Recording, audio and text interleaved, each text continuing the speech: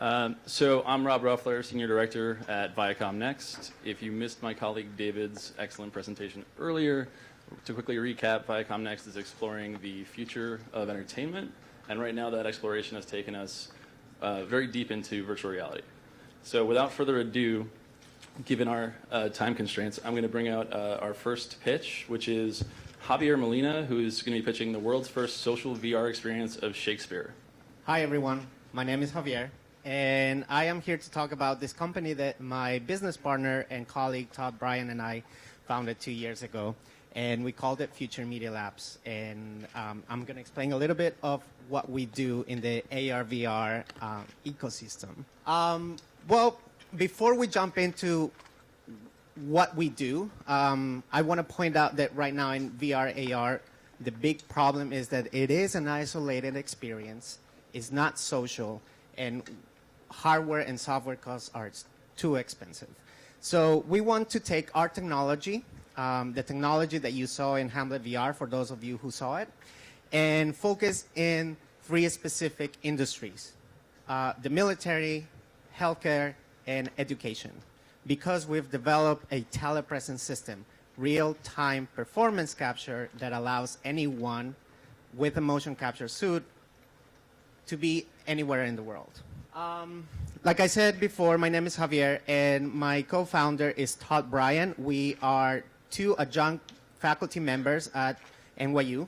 One of us graduated from the Tisch School of the Arts, and now he's doing a lot of engineering, and I graduated as an engineer, and now I'm doing art and performance and theater. And what we do is we run a motion capture studio and a research facility called Magnet, Media and Games Network. And this place is where everyone from every field, whether you're a doctor, you're an actor, you're an engineer, or you're an acrobat, come together and we solve problems. What you see in the images is the studio that we work at, and is a motion capture studio. And our team at NYU that you've met before, Win and Ken, we all work together to get this to the next level. What Todd and I took as a specialization is this part, real-time performance capture. This is our facility, Magnet. We're developing AR, VR, mixed reality, and most importantly, we are teaching every cohort of students that we get every semester how to tell narratives, how to be storytellers in this new medium. Before AR and VR was a thing, we did a pilot project last year at the Metropolitan Museum of Art using this concept of telepresence. There wasn't any VR at the moment, so we streamed from the motion capture studio into 2 screens back to back for an installation for Reed Farrington at the Metropolitan Museum of Art, in which we showed how the statue of Adam that fell and broke 13 years ago was reconstructed. And we took the avatar to tell the story to the audience. As you walk by the gallery, the avatar will know where you are because we put cameras all around, and he will tell you the story about the reconstruction. It was engaging, it was in real time, and it had beautiful graphics. Today, in the demo section, you're going to see our pilot project for telepresence and social VR, and it's called Hamlet VR. We were inspired in this think tank, Ken Perlin's lab, to take it to the next level, and he gave us the idea to why not start with Shakespeare. We also referenced Janet Murray, Hamlet's in the holodeck. I don't know if any of you are familiar with that book, but I recommend it 100%. And so for this experience, we want for everyone anywhere in the world to be able to have that intimate experience with Hamlet. We are able to do this because of the platform that is also with our colleagues at NYU Shanghai and NYU Abu Dhabi. They've created this platform called Mediate. And Mediate allows multi-user social virtual reality. People can see each other, people can talk to each other, and they have network physics, meaning that if I am in Amsterdam and you're in China, we meet together at Elsinore Castle, where Hamlet is performing, and we can see each other and talk to each other, and I can hand you a cube and you can grab it, and we can collaborate. right? Our first experiment was this theatrical piece, but imagine the possibilities in education, military training, and healthcare. Basically, what we do is create content and allow multi-presence. What our company does is marketing, placement, advertising, and content creation. And this is what we are looking for, partners, investors who believe that our platform is the next big thing. And I feel like everyone else is excited about these new technologies. So reach us out, and you know where we are. And please try our pilot. Thank you. Thanks. Our next startup is Obsess. Obsess is building a virtual reality shopping platform for fashion. Their mission is to replace today's uninspiring and utilitarian web and mobile e-commerce user experiences for fashion with beautiful, immersive, interactive shopping experiences using VR as the medium. Welcome, Neha Singh. Hi, everyone. So consider today's e-commerce user experience. So this is what you might see on a typical shopping site. This is a screenshot from one of the top luxury fashion sites in the world. It's how they're selling this $2,300 pink Gucci dress, which is exactly the same interface as how a $5 toothpaste is sold. It's basically a database put directly onto a web page. The current online shopping experience for fashion is broken. If you think about e-commerce user interfaces, they really haven't changed in 20 years since Amazon and eBay started. It's basically a grid. You have filters and checkboxes and lots of scrolling and white background images. This is not how women shop for fashion. Most of the time, we are not looking for something so specific that we can search and filter our way through to it. Now, for the guys in the audience, you may not personally identify with this problem necessarily, but there is a lot of research on this topic, and it's rooted in how men and women use their right and left brains differently. Women are hedonic shoppers, which means we are doing it for the enjoyment of the act of shopping itself. So at Obsess, our mission is to replace these utilitarian and uninspiring interfaces with beautiful, immersive, interactive shopping experiences using virtual reality as the medium. For women, shopping is entertainment, fashion is aspiration, and that's where VR comes in because it has the power to transport and immerse the user. So my background is in product management and engineering. I studied computer science at MIT, was an engineer at Google for 5 years, and most recently I was the head of digital product at Vogue, which as a tech person who loves fashion was one of the coolest jobs ever. But I left 4 months ago to start Obsess because after experiencing virtual reality and studying the technology and the industry, I'm completely convinced that it's going to be the next consumer platform after smartphones, and VR, AR is how we'll be interacting with all digital interactions, including shopping in the future. And my co-founder, Daniel, is a total engineering badass with 12 years of software experience, and he also loves fashion. So our first product is going to be a VR app for the mobile VR platforms, including Samsung Gear VR, Google Daydream, and maybe Apple in September 2017, if the rumors are true. It'll contain fashion experiences created by brands, editors, and media companies. And we are building a technology platform that will make it really easy to create interactive VR that is high quality and photorealistic, nothing that looks like a video game. Users will be able to discover fashion and purchase directly in VR. And we think this will actually lead to much higher conversion rates than what you see currently on e-commerce. So I'm going to show you 5 of our use cases, and you can contact us if you actually want to try these in a VR headset. So if you think about luxury fashion stores, when you walk into them, everything about the experience, including the products, the music, the decor, the art, that all combines to form a sensory experience of the brand, which you can have in VR. You can walk into the most beautiful stores in the world. You can select products, you can look at them and buy them. With VR, anyone will be able to experience fashion shows as if you're sitting in the front row. And as the fashion industry moves to the see now, buy now model, you won't only be able to see the show, but you'll also be able to shop off the runway. Currently, fashion brands create these beautiful big budget campaigns twice a year for their 2 collections, which are turned into either magazine print ads or they are cut up into little display ads for desktop and mobile.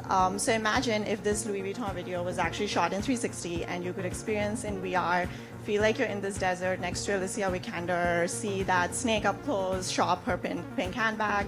That's a much more engaging shopping experience. You can also show fashion in context. So this demo, for example, shows a Dior resort collection where you're at a beautiful beach while you're looking at that. And lastly, you can show trends, outfits, sets through these immersive editorials. And this demo, for example, shows fall trends in VR. So our business model is going to be essentially taking a percentage transaction fee over all sales that happen on the platform. And our ultimate vision is that in 1 to 2 years, when virtual reality hits mass consumer adoption, we want to have the most engaging, addictive shopping experience that's better than physical retail and better than the current e-commerce. Thank you. Thanks. Our next startup is OneBook by Philosophy. OneBook is a paper book on which any digital content can be viewed using augmented or virtual reality. OneBook bridges the pleasure of the physical with the convenience of the digital. Brandon Plaster. Hi, I'm Brandon, and I'm one of the co-founders of OneBook by Philosophy. There's something magical about books. They offer us this physical, multi-sensory experience that screens can't really replicate. But they're oftentimes inconvenient, and their stories are bound to their pages. So our product, OneBook, is a paper book on which any digital content can be experienced using mixed reality. It's the last book you'll ever need. It can be viewed through any AR or VR device with a front-facing camera. Now, in many ways, OneBook is just like any other book. On its cover, it shows you the story you're going to read. Its pages turn just like any other book. And with support for text and images, it can really be any book. With support for animation and video, it can be any web content or television content. But more so, OneBook adds to storytelling by allowing the reader to look into the world of the story. And also allowing the world of the story to emerge from the page. And in virtual reality, OneBook allows the user to step into the world of the story, allowing them to gain an entirely new perspective. All of this with still the delight of a physical book in your hands guiding the way. And the thing is, we know that people want physical books. Over the last 2 years, paperback book sales have increased over 10%, while ebook sales have been on the decline. We've seen through our own reader surveys that people prefer the physical feel and interaction of a physical book. Now, we understand that AR devices aren't yet mainstream, but we see VR as the perfect platform to launch this on because it allows us to test this experience and it allows for the user to fully emerge in the story. And we see the market opportunity for this to be enormous because it creates 2 marketplaces. That of the customized physical book, where readers can get the exact experience they want, and the mixed reality marketplace for content, where all the books and content we already love can exist, and a new kind of content there that is enabled by the OneBook platform. But the magical thing about OneBook is that it's not just about bringing stories to life. It's not just about bringing a better understanding to things like educational content. It's a simple, elegant, physical interface for any AR or VR experience. It grounds us, and it helps bridge the gap between our digital experiences and our physical world. I'm Brandon, this is OneBook, and we are Philosophy. Thank you. Thanks, Brandon. Next presentation is going to be from Deborah Anderson at DataVised Technologies. VR basketball data visualization powered by DataVised is the world's first web VR sports data visualization in virtual reality of every shot attempted by every NBA player in the 2015-2016 season. Hi, I'm Deborah Anderson, co-founder and chief strategy officer of DataVised, Visualization Brought to Life. I'm also an adjunct faculty at the New School for Public Engagement, where I teach big data, and I'll be teaching WebVR at Parsons Art, Media, and Technology in the spring of 2017. DataVised technology builds immersive visualization tools for the 3D web. When Mark Zuckerberg acquired Oculus in 2014, he said this really is a new communication platform, and that's what we've been building for utility since. Not that it's a future of games, future of entertainment, but the future of communications. In 1983, Apple Lisa shipped a 2D display with a keyboard and mouse for navigation. Today, we have full 360 3D immersion with gesture, gaze, and voice-enabled navigation. We haven't had an affordable 3D display technology until now. Our addressable market, you may have seen the city forecasts that the VR technology market is expected to be a $1 trillion industry by 2035. DataVised is looking to disrupt this subset of the advanced visualization market, which is predicted to be $2.8 billion by 2020, according to Markets and Markets. We are building a software as a service platform that allows users to easily create and share data-driven narratives for the 3D web. So you don't have to be a data scientist to use this tool, or a data analyst. The core to our product are these four components that we're enabling users to easily use, incorporating and ingesting data, 3D models and objects, spatial audio, and an environment to present arguments, share insights, frame opinions, and make better decisions. We're building a product for emotional, responsive, and intuitive communication. Our team is comprised of innovators in imaging, Hugh McGrory, our CEO, myself with a big data and strategy background, and our wizard behind the curtain, Brian Churls, who is here, who's our CTO with 24 years of experience coding for the web. And we've been working together for about 18 months now. Recent traction is we're very excited. We've been accepted into the First Growth VC Accelerator, and we've put in a joint application with the Yale School of Medicine around microscopy visualization for the National Science Foundation, SDTR Research Fund. And we've been presenting at key industry events coming up for MIT Enterprise and the World Bank next week. The key inflection point for our startup has really been recently. We've been building kind of on our own WebVR over the past 18 months, but just last month, Google, Mozilla, Microsoft, Oculus all gathered for the W3C Web and VR workshop in San Jose with about 100 developers, including our CTO, to talk about the roadmap for WebVR. And the integration for the WebVR API is coming as early as January for Google Daydream and Cardboard shortly thereafter. So there's been a lot of support from these players. This is just one of many prototypes we've built. This is a VR basketball data visualization that shows every shot by the NBA players and teams from the last 2015 to 16 season. So the data source is off of stats.nba.com and used as a JSON file imported and adapted for our WebVR software. We're using, obviously, a 3D model of a basketball court to contextualize this data and have provided a menu for you to select any team or any player, and ultimately have the capability for pattern recognition, detection outliers in key plays, and be able to compare kind of your favorite players going forward. And of course, it's all web and mobile-based, so you can share this with a friend in a bar or put it on in an Oculus Rift or HTC Vive for full room-scale immersion. We see our competitors in the data visualization space as Tableau Software. Prior to their IPO, they raised $45 million from NEA and Meritech. And Unity Technologies has raised $289.2 million in 6 rounds from 11 investors. Our key advantages to Tableau are that we are built for 3D immersion with enhanced interaction. And Unity, we are built for the mobile web. We're not a game engine, and we're focused on utility through data. And just a few elements of our competitive analysis.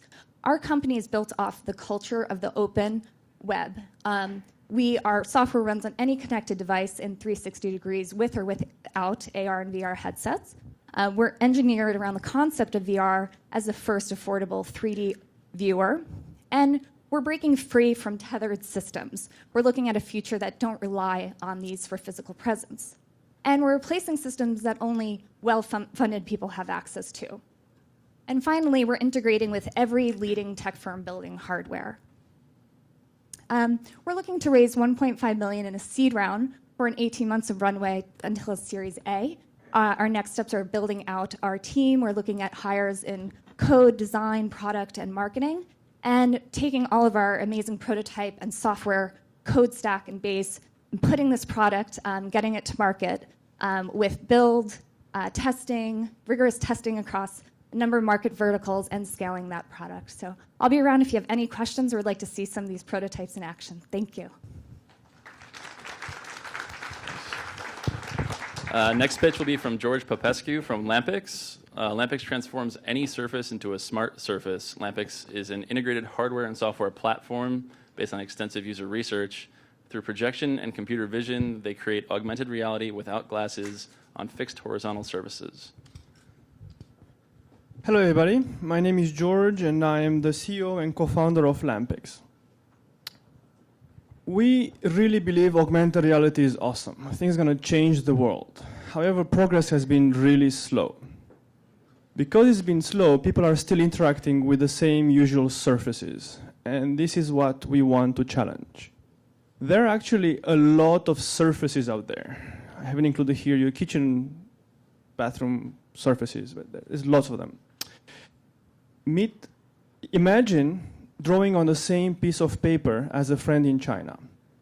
Imagine seeing on a shelf next to a camera reviews on the camera you're about to buy. Imagine doing a crossword puzzle on the table itself. Meet LampX. LampX is a device. You can see here on the right the beta product. You can see here the experience, the user interface. This technology allows to augment objects, detect fingers, and most importantly, when there's nothing to do on the surface goes back to the way it was. The technology disappears completely. Bloomberg is an existing paying client. They use LampX for collaborative decision-taking. In a meeting, people can use their fingers. In the UI, you can see here, to agree and take decisions and vote and see what happens. The problem is that we are not used to how to use a smart surface. So we have undertaken extensive user research around the office and other environments to figure out what are the right applications for LampX. What we found around the office is that it's difficult to do collaboration. We also found that people have hard time with multitasking and switching context. Around retail, we found difficulty around guidance. People are seeking more guidance, and people are also seeking a better experience in shopping. Please meet our office application Smart Desk. As you can see, LampX can mix physical and projected workflows and integrate them with existing workflows. We're not here to replace the workflows, but here to enhance them, make them smoother and easier. Here are a few features of Smart Desk. First, you can take an existing piece of paper and you can annotate it. You can work on it, you can draw it, and it will synchronize in real time with your content in Dropbox, Box.net, Google Drive, and so on. Second feature, you can do collaboration. So imagine you're talking to somebody on the phone, you're talking to somebody via webcam, and in the same time, you can draw on a piece of paper in front of you. They see what you draw. They can draw on top of that, and you see what they draw. You can really collaborate as if you're sitting next to each other. A third feature, you can take an existing digital object, digital file, project on a white paper, annotate it, and send it back to whoever sent it to you in one click. So imagine you get a PowerPoint, you annotate it, and you email it back. It changes the way we work. The office environment I mentioned to you is just the first step. What we're actually building is a platform, a software, hardware, and cloud-based platform. We are building LampX on top of Android, so we can leverage the entire Android development community. Of course, it comes with an open API. We have 2 levels of API. We can take any HTML5 content, modify some tags, and make it responsive to objects and to gestures and fingers. Comes with demo apps around office, around retail, and of course an app store. There are many other applications, manufacturing, healthcare, and so on. The market sizes are huge, tens of billions. And this is our plan for the next 18 months. We are building a first office product, which will allow us to go to market to capture enough user base, which will then allow us to really roll out the platform. The next milestones will be the post pilot with the experience of the clients, then the design ready for manufacturing, and finally the first prototypes from our manufacturing partner in China. This is our team. Myself, I am an MIT Media Lab alumni, scientist and engineer by background. I built and sold more than 5 companies, some of which with revenue in $20 million. And my co-founder has 10 years of experience in computer vision and has already brought to market augmented reality technologies for indoor navigation. We're mostly a software team, and we can imagine other companies building the hardware we can sell LampX software for. We're seeking $1.5 million in seed round. We already have about half softly circled, and we're seeking a lead investor.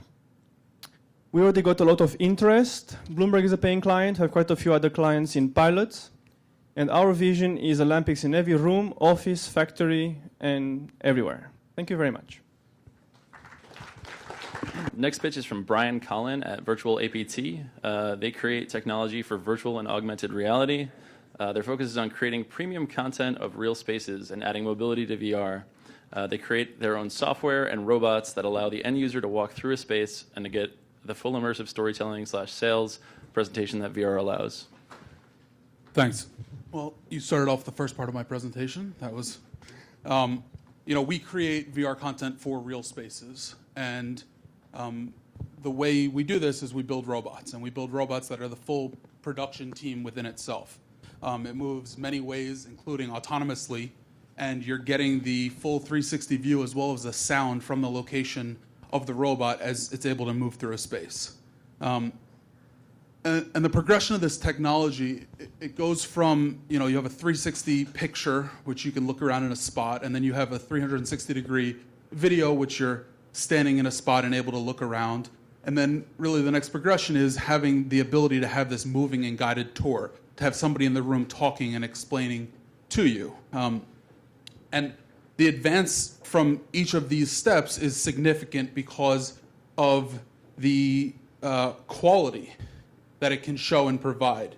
Real estate brokers, tour guides, storytellers, salespeople can add to the experience. They can improve the experience. They can add their showmanship for true virtual reality. Our approach has been to build from the ground up, creating our own software and hardware, all from scratch. And it's just because we wanted to deliver this premium experience, and nothing really has been out there that's been able to do this. Another thing that we really focus on is to have our technology work on all devices, existing and emerging. So for a multinational client, we're able to say, look, it's anyone in the world with any device that has a decent internet connection. And we created technology to add to this user experience that the end user has. We can play our videos in multiple languages. We have position tracking so that you can see where you are in a space. And most significantly, we created something we call field of vision stop and go, which essentially can read where the end user is looking on any device and give them a customized experience. So for a real estate tour, if you're walking through a space and looking around and you decide to look out the window, it's not going to continue until you look forward, just as if you're there in real life. And perhaps a larger application for this technology that we invented is for VR education, which is going to allow people to learn at their own pace. For our augmented reality solutions, we really focus on what existing technology can handle. We're not really big into the headsets. We're not big into choosing a specific one that's going to be the winner. We're able to do depth and direction in all devices that are out there now. And we see AR being very useful for branding, marketing, as well as gaming. And as we are doing technology for real spaces, it really applies to a whole bunch of different industries. So what we believe a premium retail experience is being in the store, being in a flagship store with somebody from the brand walking you through that store, giving you this intimate one-on-one presentation and showing you a bunch of products, just as if you're this, big shot spender, this rich person, that you're able to have this experience everywhere in the world, and you're able to purchase within the video. So we're able to go to retailers and say, you can monetize online from your actual retail store, have people around the world listen to it in whatever language they want, and have this presentation. It gives them this ability to sell at great margins at retail prices through their online store. And we embed it with our own player as a B2B model that it goes on their site. So they're bringing in customers to their site that are staying on their site, that are getting purchases and staying there. And so far the metrics have been outstanding in terms of the bounce rate, views per video, because they have reasons to look around and to follow for everything we do. And we believe this is the future of shopping, that being able to do it from home is better, that looking at 10 apartments in 20 minutes is the future of real estate, and that a premium viewing experience is possible within virtual reality. It doesn't need to be just gimmicks. Our turnaround time is extremely fast. We're able to have a VR video shot from our moving robot produced with higher quality than anyone has ever done in as fast as 5 minutes. Virtual APT has the most advanced end-to-end technology solutions to deliver this content worldwide, and we're really excited to advance this technology. Getting to the question they want to know about raising, we're raising $8 million in this upcoming round. Our team is 9 people, about to be a 10th, and we're looking to expand to about 35 people. Up next is William Steele from Where's My Media. Where's My Media is a web VR-based workflow and collaboration platform for live and post-VR 360 and productions. This includes hands-free tools using your voice in headset and works on desktop, mobile, and mobile devices. So we're a web VR-based tool for facilitating production workflows. So there's a few problems with creating VR content. One, where's my media? Lack of quality content being produced due to a lack of quality production tools. Right now, the workflows can take a lot of time, time-consuming, it can be expensive. To have monetization, we need more quality content being produced. Real-time collaboration tools for VR is another lacking area. And speed, obviously turnaround times, uploading your content, working on the content, the faster the turnaround, the more quickly you can get out there. And the various tools for consuming and viewing quality content are still kind of lacking. So our solution is this web-based production tool. It accelerates VR 360 and augmented reality content workflows, and the plan is to monetize that content and also lower production costs. So why do we choose WebVR? Well, WebVR is hardware agnostic. It works on many devices. It's in browser. There's no software to install. There's a low cost of entry for the user. Existing support and standardization, and we're expecting widespread adoption over the next few years. So our technology, one, is AdVR, allowing creatives to make creative decisions as to how that content can exist in the VR, AR, or 360 video world to make it a more relevant part of the story by giving producers and creative teams more control over how that content will go into, how advertising content will go into the final content. We have what's called a VR bin. Just like you have an editing bin if you're an editor, you can drag and drop VR content into it, including graphics, 3D models, and overlays, and edit that in real time. Changes are instantly available for review and approval. Excel Pro, which is our own based advanced file uploader for quickly uploading lots of files with VR. You're using, dealing with not only larger files, but also sometimes 16 or more files for a single VR experience.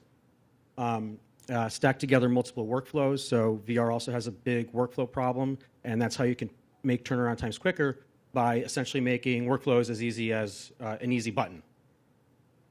And we've also got full API for integration with third parties. So our software can be integrated into other platforms. This is just a snapshot of our media desktop. You've got the media bin, file and folder structure, the VR player, and you can see that it's overlaid some text and graphics. You can make notes and comments, keep track of different asset versions and workflows and metadata and shares. It's just meant to be a very easy web-based tool to use, and it works not only on a computer but also on a mobile handset. So most of you already know this. The VR, AR market is expected to hit $120 billion by 2020. What we want to do is bridge the ad insertion process with the creative process, and that will help us reach a larger total available market. Our system also supports traditional video workflows, so it's not just limited to AR and VR. This will, if there's maybe a potential company that wants to move away from a platform that doesn't support AR and VR, we can also support their older workflows. So our projections and goals.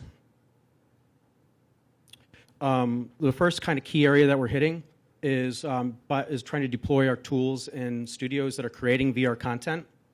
That's kind of low-hanging fruit for us, so we can help them produce more quality content for a lower budget with smaller staff. We're churning out more content with the same resources, and that's kind of our value proposition to those clients. We want to connect with pioneering advertising who want to put advertising in VR. The ads don't have to necessarily be VR, but the scope is to make them part of the VR experience, a more seamless and enjoyable experience. It could also be an entire VR ad. And also deploying, giving a license for a VR player to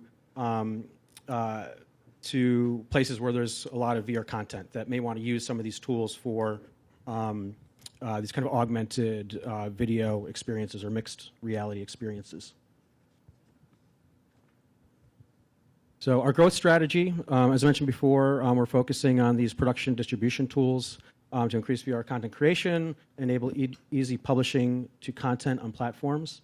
We also will partner and are partnering with technology resellers and integrators to help move along adoption. This isn't here yet, but we want to create an advertising marketplace for selling premium interactive ad space within the created and curated content. And again, deploying our player in as many places as we can. And licensing that player and API to third parties. So our financials and infrastructure, we're an early stage company. We are pre-seed with no debt. We have our existing proprietary platform for both video and VR production. We're pre-profit. We do have some money coming in. We're kind of just breaking even. And a few enterprise contracts could quickly change that. We're actually running pretty much everything off of a boat in New York City Harbor. Okay. And money from clients is paying for that. So just really quickly, we're seeking $250,000 in seed for additional software development, startup staff, and infrastructure. And prior to profitability in 2018. And we're building a consumer base. And really quick, why invest? We're working with several Emmy Award-winning production teams to develop our software. It's an enterprise piece of software. Again, we have no debt.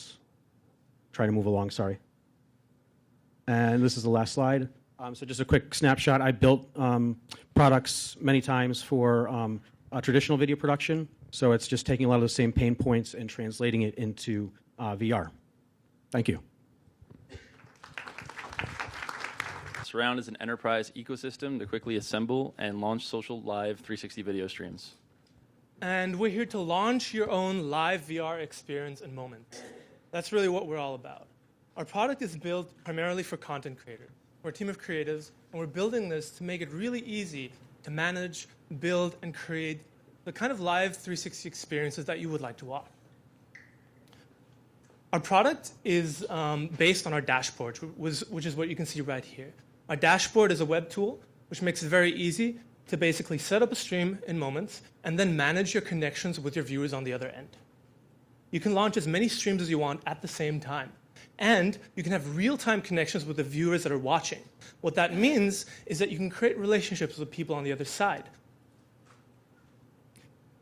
Our player and our dashboard are synced. You can augment the streams with different modules that we have. Each one of our modules can be turned on and off at any point in time, which means you have full control over how you want the experience to play out for your viewers. Our workflow is easy. We start at the camera, and we move all the way to our viewer. We are input agnostic, which means we take any 360 video, we stitch it in real time through our streaming CDN, or you can bring your own, and that ultimately goes into our dashboard. You can use any 360 camera input, from the cheapest Ricos, which we've used for theater productions that are mounted onto people's heads and we can walk around with them, to expensive Ozos from high-quality 4K video. For the Ricoh Theta, it's as simple as plugging it into a Teradek and streaming from there via Ethernet, LTE, or wireless Wi-Fi. Or the one that we prefer is actually a Chinese camera, Insta360. It's a 4K camera that we stream live on our desktop and stream out for studio-like settings. The streaming engine, ultimately, usually we stream in 2.7K input. We transcode that into adaptive bit rates, different variable levels that you can then stream out so that we make sure the quality is good enough for different views on different devices. So yesterday, for example, we built a live 360 newsroom 2 days ago for the election, for the 2016 election. What we did is we brought in multiple sources from our journalistic teams in the field and allowed them to augment the live 360 streams with those sources in real time, with a producer sitting there in the news studio defining how do people interact with that content, how do they share it, and how do they interact with other people that people bring in into this shared experience. Here's a quick demo of what it looked like. You could essentially look around, see all these different, this here is actually a Periscope live stream from one of the journalists in the field. They could actually show what they're doing, interview people, and when you click on it, you could hear the audio from that specific one. Some interesting things that we've discovered over our time this year doing this, creating content, is what's really important is asking yourself the question, what makes a stream interesting in 360 degrees? Who is there with you? And what is your role as a creator? We found that content that brings people together, that creates a human connection between the streamer and the viewers, is what's really exciting to people. When you know that there's someone on the other end and you can respond to them and you can talk to them, that's when Live 360 really shines. So get in touch. That's our website, my email, and thanks for listening. Up next is Brandon Roots from TrioMount. The TrioMount is a system for capturing live-action 360 stereoscopic video with a novel method for adjusting the interaxial distance while recording. The demo will include an explanation of the thinking behind the design and demonstration of the first prototype. All right. Thank you for the introduction. My name is Brandon. I'm the founder of TrioMount. This is the first time we're out of my home office, so big step into the world. We're going to talk about hardware today. My background is in film, actually. I'm a narrative filmmaker, and I've been feeling some push into live-action VR production. I think there's a lot of excitement about it, and as an aside, a few years back, I actually found some old 8mm film footage that my grandparents had recorded back in the 40s, and seeing the past brought to life was something that was really exciting for me, and I think ultimately, I feel a strong sense of purpose to record the world as the way it is now, to preserve that for future generations. And I think that VR is a really exciting opportunity for us to kind of create a time capsule for the future. So I should use this clicker, probably. Forward. Here we go. Okay, so someone who's looking to get started in live-action VR production, they're going to see rigs like this. There's some obstacles to overcome. One of the first ones is going to be they look insanely complex. I mean, I look at something like this and wouldn't be quite sure what to do without an instruction manual. So the cost is going to be an obstacle for these. I mean, you look at these rigs with arrays of dozens of cameras, and on the low end, we're looking at $6,000 as a point of entry. On the high end, these red arrays must be hundreds of thousands of dollars. Size is also an obstacle. I think some of the more compact rigs here still weigh 15 pounds, so they're pretty large. And The last thing I'm going to call flexibility, which is really some creative control over the arrays. Most of them have fixed interaxle distances, which affects the depth perception. So when you're watching something in 3D, that kind of control you really want as a filmmaker. It affects how large something feels. It's sort of like depth of field. So in the way that the 5D in like film production with camcorders kind of really help to bring energy into the industry, I think that having an adjustable interaxle distance is really important, and most of these are fixed arrays. So we have these 3 points. I've raised some problems, but I feel like I should be discussing solutions with these. So on the point of size, cost, and flexibility, I kind of approach this, since I'm a newcomer to this field, reimagining, well, what if we start, instead of with GoPros, which are being used on the low-end rigs, what if we are using 360 cameras as a starting point, something like the Ricoh Theta. There's also a number of other cameras that are available now, like the Nikon Key Mission, that record in higher resolutions as well. So that's where I started.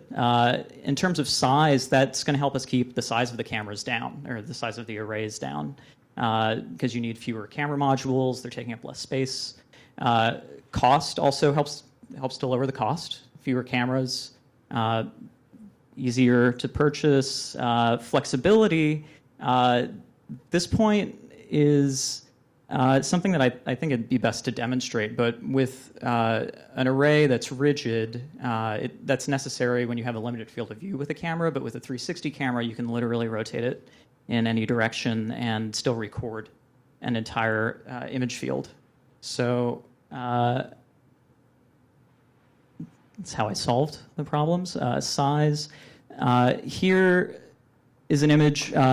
So at a minimum, with these 360 cameras, you can actually record an entire stereo field of view with just 3 modules. So it's pretty compact. Cost, just to compare, if we're looking at existing rigs in the field, so these 360 Rise rigs, you need 14 GoPros. Of course, they're recording a higher resolution, but it's pretty large. I mean, we're looking at a price point of $6,000, and it weighs 15 pounds. And this rig, we can put something together for a third of that cost. So I think it's going to help lower the price point. That's more accessible, help democratize 360 VR production. Thank you.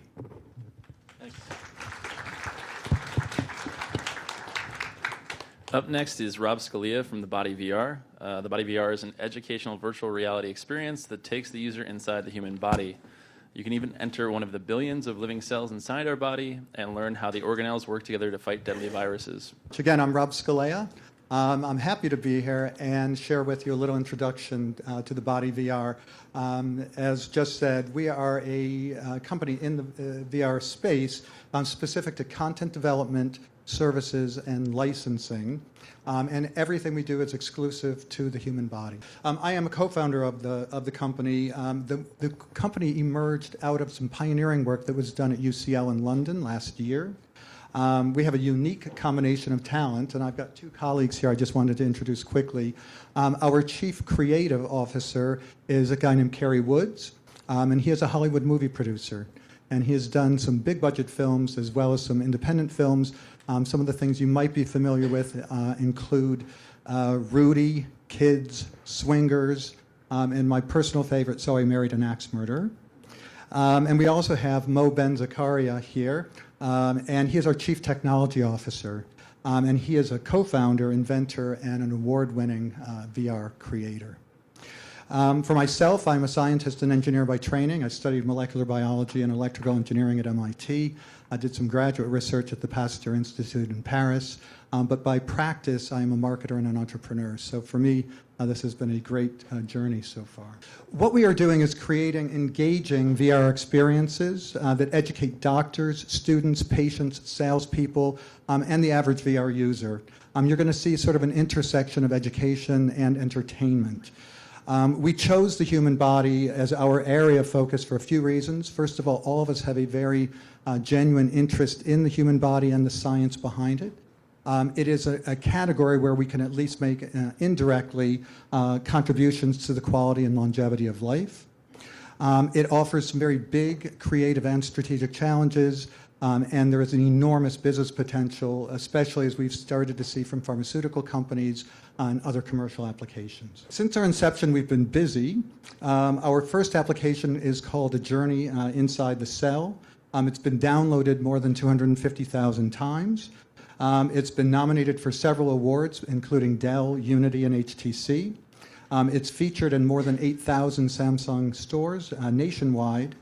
We've also received an grant from Oculus, and we were featured at China Joy in Shanghai earlier this year. And most recently, we've gotten 100% positive response from the recent Steam store release for the HTC Vive. Some of the things that we've seen that are interesting industry observations, in addition to a lot of new interactive 3D experiences that people are looking for, we're also actually seeing a relatively large replacement market for existing 2D solutions that are flat that we can improve as well. And in the higher education space, notably through work and conversations with MIT's Office of Digital Learning, what they're looking to do is to add VR solutions to existing digital platforms and into the course mix to improve the learning process and knowledge retention. So we're excited to be working in that space as well. I'd like to just review a few samples of some of the things that we're working on right now. Okay, so first, MRI and CT scans that are traditionally viewed on grayscale images can now be viewed as 3D colored volumes. Dramatically can improve the accuracy of diagnosis. Explaining how a stroke affects the brain can now be viewed from inside the brain itself. Studying the different muscles in the body can now be done separating and analyzing them one at a time, layer by layer. And our initial emphasis has been on building a library of creative B2B VR assets. These are building blocks that can be used and combined and modified for client needs as required. And we believe that this is going to be an extremely efficient and profitable business model for us. Having said that, so as on the one hand, our initial focus has been very much on the library, so we have not been going out and actively selling. On the other hand, we've been fortunate in gaining traction with sales opportunities.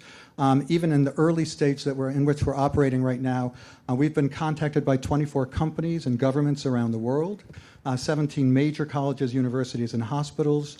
And we are in active discussions for some large and exciting projects and partnerships. Part of the interest actually it comes from our development process, highly flexible, can be adapted for specific client needs, which obviously depend on their audiences and the markets they're trying to reach. But we do that through a range of headsets, software, content distribution, and content distribution platforms. And that's pretty much it. We're excited about the future that we think we're embarking on, and we appreciate the opportunity very much. Our second and last pitch will be from Christopher Mitchell at Geopipe. Geopipe applies deep learning to big sensor data and imagery about the real world to quickly and automatically generate immersive, highly detailed models that users can load and manipulate in their own familiar software. Hi, I'm Dr. Christopher Mitchell, and I'm excited to introduce you to Geopipe. As Ganley said, Geopipe creates clever algorithms that take 2D and 3D data about the world and build highly detailed three-dimensional models of the world for architects and beyond. So there's a problem today, and it's faced by people across a wide variety of fields. It's creating virtual models of the real world. For example, architects have to spend between 8 hours and 3 weeks creating virtual models of just a few city blocks of the real world for every single project that they work on. There are some sources for pre-existing digital models, but these are often too low in quality or not flexible enough to the various applications that people like architects are trying to work on. In fact, this is a problem faced by a market of about $400 million right now. For example, architecture is about an $80 million problem. Game design, you need virtual worlds for game design. This takes about $50 million for games every year. The military and first responders need training simulators. This is about a $200 million problem. And media and special effects also need these virtual models, which is about a $50 million problem. Of course, we also think there's a huge potential avenue in virtual reality and augmented reality applications, but we're not really sure how big that problem is yet. Just for architecture, we are focusing on, we wanted to start with video game design, but we discovered that architecture actually has the most pressing need for these virtual models. In fact, there are 20,000 architecture firms in the US today who have to create these virtual models for their projects. And this can take between $1,000 and $4,000 of architects' valuable time for every project. This works out to be about an $80 million problem in today's architecture and urban planning markets. The solution is Geopipe. We build automatic algorithms that can take data about the world and create highly detailed virtual worlds. We let architects continue using their familiar process, working with the software that they already understand in order to manipulate the models that we give them. We not only save them the time of making these models by hand by allowing them to instantaneously download them and put them into their own applications, we also let them make more money by working on more projects every year, focusing on the problems that actually matter to them, designing new buildings and new structures. Finally, we give them flexibility. We allow them to tune the detail of our models anywhere from very iconic and representative of something that will let their model stand out to photorealistic, where you can walk through the model and it feels just like the real world. Our technology is a set of clever algorithms that can import and understand data about the real world, two-dimensional and three-dimensional data like laser scans, satellite photos, two-dimensional maps, terrain contours, figure out how all these different sources of data fit together, and in some cases even upsample missing data by building machine-learned models about the world, and create complete three-dimensional models of the world, like this one generated from our system about downtown Manhattan. So in order to appeal to large and small firms alike, we are looking at two different ways to get these models to firms. For smaller firms who work on few projects in a geographic area every year, we charge a per-render royalty. Now, architecture and urban planning firms these days have to create 4 or 5 renders for every project. And these 20,000 architecture firms that I mentioned all have to create these renders for their projects. So this works out to be, say, $100 per firm per project across all of the small firms that are working on projects. Of course, there are larger firms, like those that you might imagine working in New York City, who create a lot of projects in the same geographic area every year. So we charge them a flat rate, a higher flat rate, to use a 1 square kilometer area of the world for all of their projects throughout that year. There are a bunch of other companies exploring the space, both producing tools that architects can use and producing virtual models for other fields. But we believe that we're unique in that we offer the most flexible models that can be used for any application, and we offer the most automatic process to create these models without manual intervention. Uniquely, we're able to add detail about the world where it's missing from our source data to build highly detailed and realistic models for our customers. In order to get to market, we are looking at a number of pilot firms that we're working out with architects and urban planners, as well as firms that collect data about the world. We are building demos that we can use to convince architects that this is something that they need. We're applying to an NSF grant program, and we're looking at additional accelerators in New York City that can help us build our customer market fit and build our team. In fact, that transitions well to our current team. As I said, I'm Dr. Christopher Mitchell. I recently completed a postdoc and PhD at NYU, and I'm currently an adjunct faculty there. I am the founder and CEO of Geopipe. I'm working with my colleague Thomas, who is a 4th-year PhD candidate at Brown. He previously founded the Vermont Sustainable Heating Initiative and is Chief Science Officer of Geopipe. We're working with our colleague Yan Zhang, and we are also looking in the relatively near future for a sales lead and for additional engineering talent. We are solving a big need in the world, getting virtual models that people can use instantaneously. This is a big problem that we are enthusiastic about, that we have the right skills to solve, and we are Geopipe. Final pitch today will be from Osama Chowdhury at MetaViz. Through MetaViz's development, we will empower the everyday clinician and surgeon to visualize a patient's medical imaging in the most intuitive manner in an augmented reality environment using stereoscopic head-mounted display technology. Thank you. First of all, I'd just like to begin off by saying that thank you to the Media Lab for putting together such an amazing event, really a very important event. And then finally, congratulations to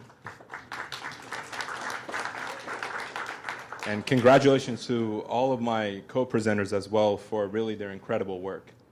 My name is Osama. I work as a neurosurgeon at NYU Medical Center. This morning, I performed an operation called a craniotomy, which is a removal of a brain tumor.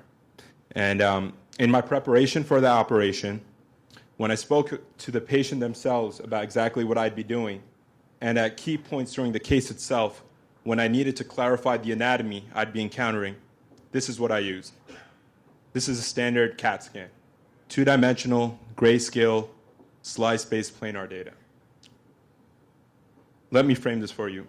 It's almost been 5 decades since CAT scans first came to medicine. And in that span of time, medicine has advanced incredibly.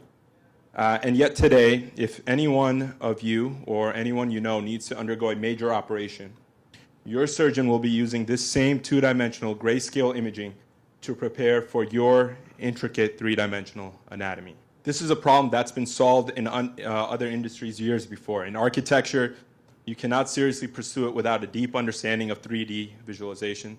The same goes for automotive engineering. And even in rocket science, you need to know 3D in order to be able to carry out the daily practical tasks of your job.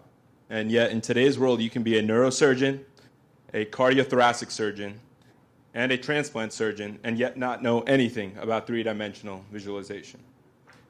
Let me restate this problem. We're using this data on the left to understand the most intricate and complex structure in the known universe, the human body, and prepare our operations for going ahead and carrying the procedure out.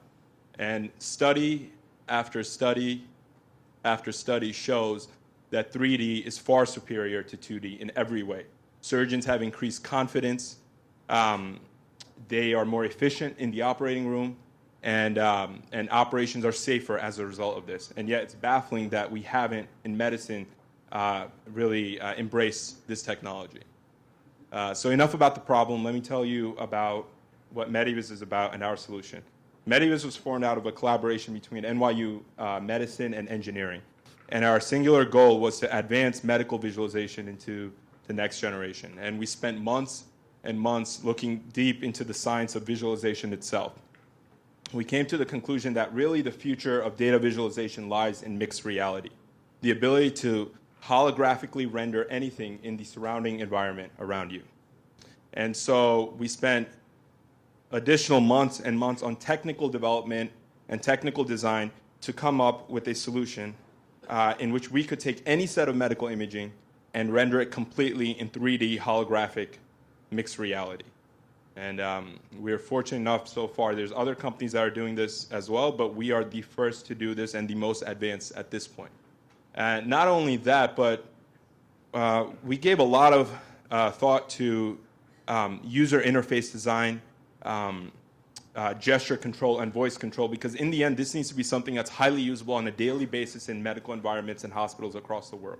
Mixed reality visualization is going to be huge over the next decade, as we'll see the field kind of unfold, especially in a healthcare world where we're going more towards minimally invasive surgeries and image-guided operations. Mixed reality is going to be extremely important. AR itself is projected here in Goldman Sachs to be a $5 billion industry by 2025.